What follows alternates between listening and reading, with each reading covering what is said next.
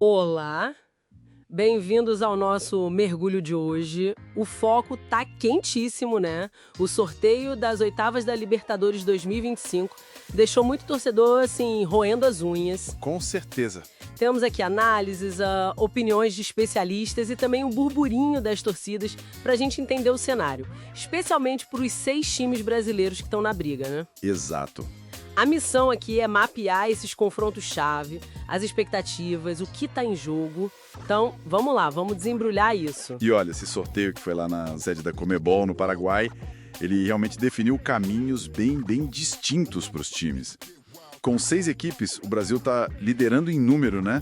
Depois vem a Argentina com 4, e os jogos vão rolar ali entre 13 e 20 de agosto. Então, a ansiedade já está batendo na porta. E já começou com um confronto que, nossa, pro país, né? Flamengo contra Internacional. Clássico. É rivalidade pura, na veia.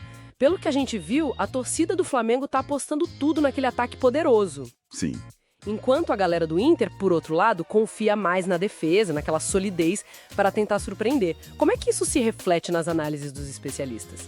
Olha, é um duelo que realmente divide opiniões, sabe? E acho que ilustra bem como é complexo analisar Libertadores. O Bruno Vicari, lá da ESPN, ele até aponta o Internacional como um dos brasileiros que podem cair logo, Sério? por causa do Flamengo.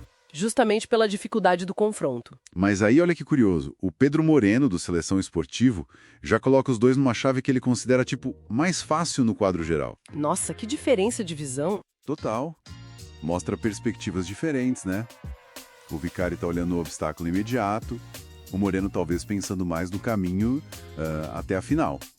Mas, no fim, é o clássico. Ataque avassalador contra uma defesa que quer ser um muro. Bem interessante essa divergência. Mudando um pouquinho o foco, vamos para aqueles times que, pelo menos no papel, respiraram um pouco mais aliviados com o sorteio. Sim. Palmeiras pega o Universitário do Peru e o Fortaleza vai encarar o Vélez Sarsfield, da Argentina.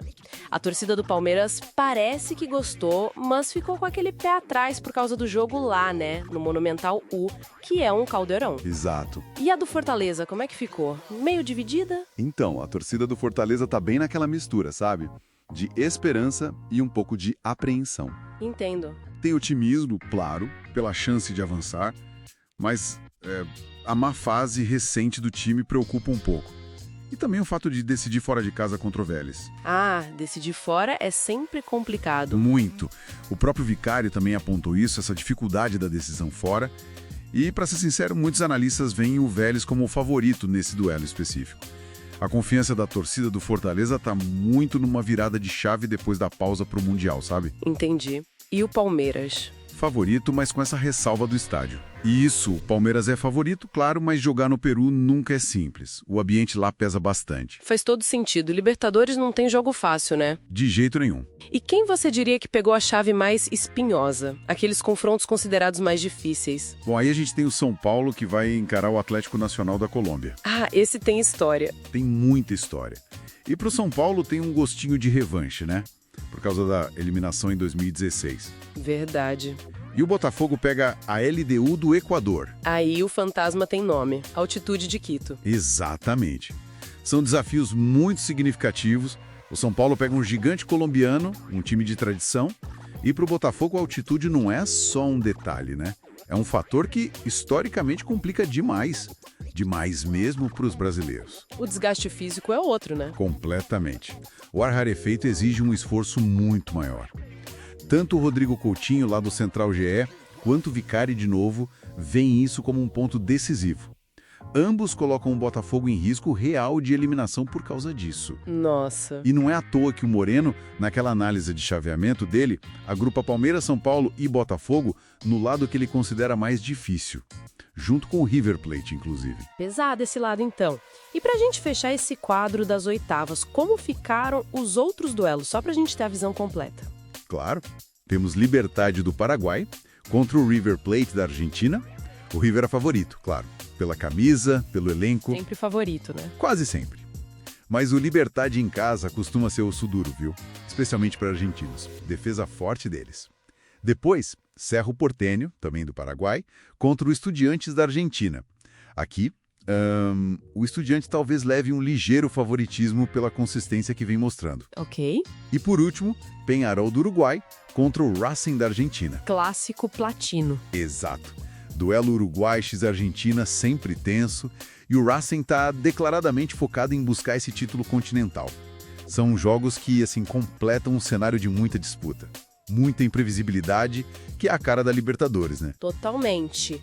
Então, resumindo a ópera, temos um clássico brasileiro que promete parar tudo, Com certeza. times com sorteios que parecem mais gentis no papel, mas cheios de poréns, como estádio hostil ou jogar fora. Isso, asteriscos importantes. E outros que estão encarando barreiras enormes, sejam históricas, como São Paulo, ou geográficas, tipo Botafogo com a altitude. Os 6 brasileiros seguem vivos, o que é ótimo, mas a jornada até a glória eterna é um verdadeiro labirinto. É um labirinto cheio de variáveis. E com tudo isso que a gente falou, chaveamento, força do elenco, momento do time, altitude, peso da camisa, fica até uma reflexão, né? O que será que realmente pesa mais nessa fase de mata-mata?